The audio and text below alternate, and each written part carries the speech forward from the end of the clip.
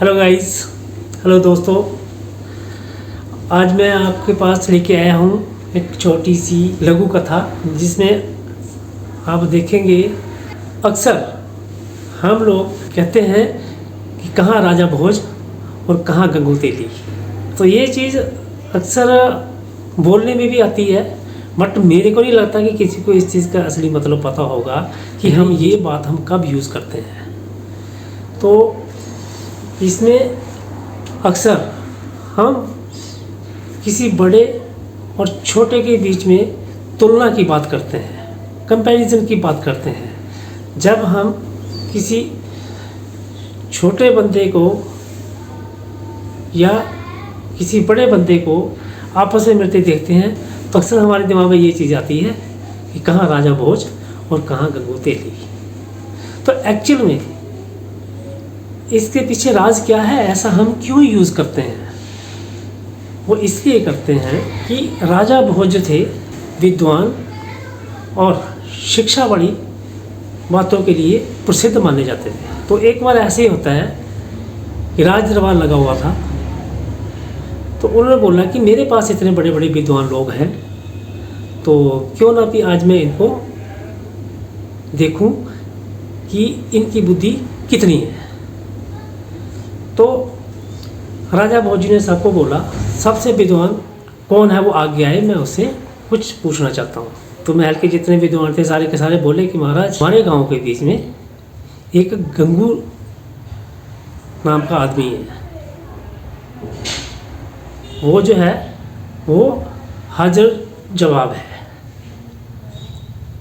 तो वो आपकी हर एक बात का जवाब दे सकता है। अब राजा जी एकदम से अचंभे में पड़ गए, मेरे गांव में ऐसा कौन सा बंदा आ गया कि जो मेरे विद्वानों से भी ऊपर विद्वान है।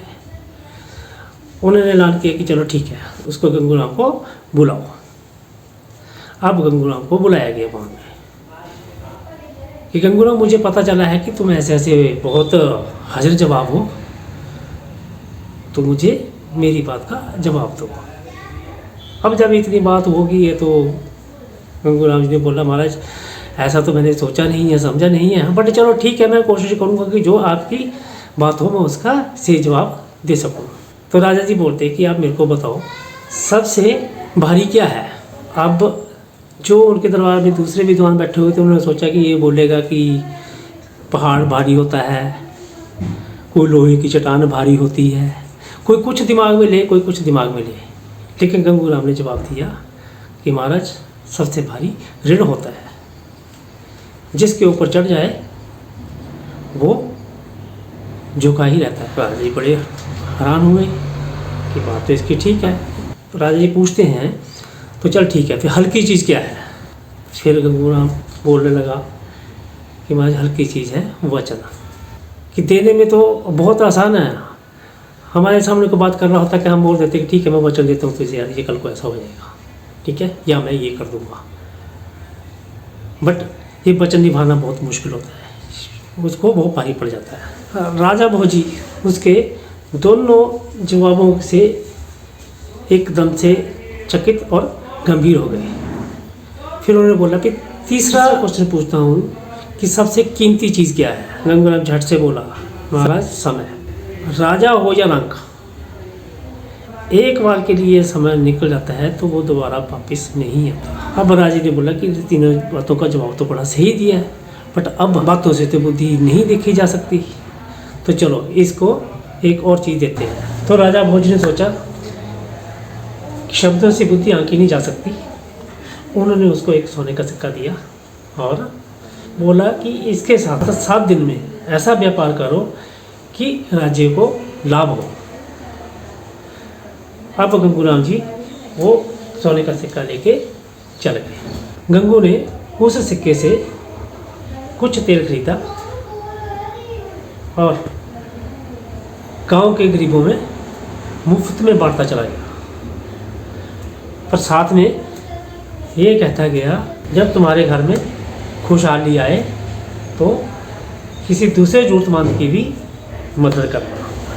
कुछ ही दिनों में पूरे गांव में गंगू की चर्चा फैल गई। अब गंगू का तेल ज़्यादा बिकने लग गया, उसकी सेल से राज्य को टैक्स ज़्यादा मिलने लग गया। 7वें दिन गंगू दरबार पहुंचा और बोला, लाभ केवल धन से नहीं विश्वास से होता है।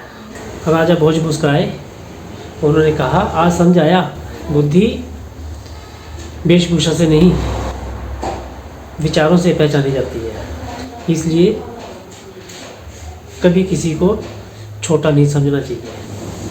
इसलिए गंगू राम को कह दिया गंगू तेली। और ये थी राजा भोज और गंगू तेली के बीच की कहानी, जिसके आधार पर ये कहावत बनी, कहाँ राजा भोज और कहाँ गंगू तेली। तो दोस्तों, ये था कहावत, कहाँ राजा भोज और कहाँ गंगू तेली के बीच का राज, उसकी असलियत।